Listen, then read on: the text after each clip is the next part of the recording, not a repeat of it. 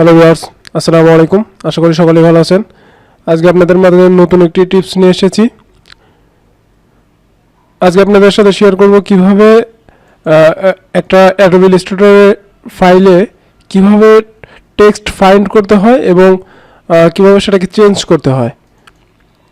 Example হিসেবে আমি যদি স্টিকার পেজটি ওপেন করি, তাহলে এখানে দেখতে পারবো যে দেখতে পারতেছেন আমার এখানে প্রত্যেকটার ভিতরে কিন্তু একটা করে সাইজ আছে, সেটা হলো 17.5। সো এক্সাম্পল হিসেবে চাচ্ছি আমি যে 17.5 সাইজটা এই যতগুলা স্টিকারের ভিতরে আছে সবগুলোতে 17.5 থেকে 16.5 হবে বা 14.5 বা 15.5 এরকম একটা কিছু করতে চাচ্ছি। বা এই যে এখানে 13,856 আছে, সো এখান থেকে আমি একটু চেঞ্জ করতে চাচ্ছি। এমনকি প্রত্যেকটাতে এখন আমি যদি এটা ম্যানুয়ালি করি তাহলে কিন্তু এখানে অনেক সময় প্রয়োজন। সো দ্যাট যেন আমরা দ্রুত করতে পারি, সেই জন্য আমরা অটোমেটিকলি একটা অপশন বের করবো অ্যাডোবি ইলাস্ট্রেটরের মাধ্যমে। সো দেরিটা করে চলুন শুরু করি। প্রথমে আমি অ্যাডোবি ইলাস্ট্রেটর ওপেন করলাম। ওপেন করার পরে আমি ফাইলটি ওপেন করব, এই ফাইল। সো এইখান থেকে আমাদের যা করতে হবে সেটা হলো সিলেক্ট অপশনে ক্লিক করতে হবে, অ্যাড অল টেক্সট অবজেক্ট এখানে সিলেক্ট করলে পরে যতগুলো আপনার টেক্সট অবজেক্ট আছে সবগুলো কিন্তু সিলেক্ট হয়ে গেছে।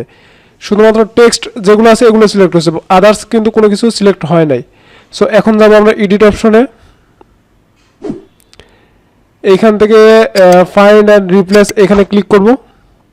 এখানে ক্লিক করার পর এই যে দেখতে পাচ্ছেন যে এখানে দুইটা অপশন আছে, একটা হচ্ছে ফাইন্ড, একটা হচ্ছে রিপ্লেস। সো আমি যেহেতু সাইজটা চেঞ্জ করতে যাচ্ছি সেই ক্ষেত্রে আমি এখানে লিখবো 16.5।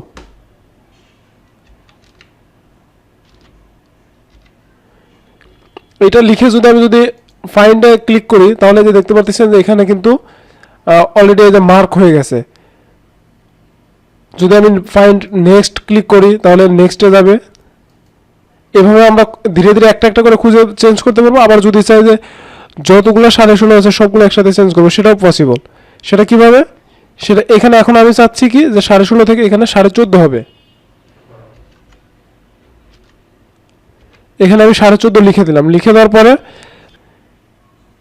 রিপ্লেস অল এখানে ক্লিক করব। এখানে একটা নোটিফিকেশন দেখাচ্ছে যে finished replacing 55 change war made, অর্থাৎ 55টা এই পেজের ভিতরে 55টা 16.5 ছিল যেটা 14.5-তে পরিণত হয়েছে। সো এটা হলো মেইন প্রসেস। এভাবে আপনারা যে কোনো প্যারাগ্রাফ বা যে কোনো স্টিকারের পেজে এই ধরনের লেআউটে আপনারা এভাবে কাজ করতে পারবেন। সো আশা করি ভিডিওটি ভালো লেগেছে। ভিডিওটি যদি ভালো লাগে তো অবশ্যই একটি লাইক করে দিবেন এবং কমেন্টসের মাধ্যমে মতামত জানাতে পারেন এবং চ্যানেলটি সাবস্ক্রাইব করে দিবেন। ভালো থাকুন, সুস্থ থাকুন। আজকের মতো এই পর্যন্তই। আল্লাহ হাফেজ।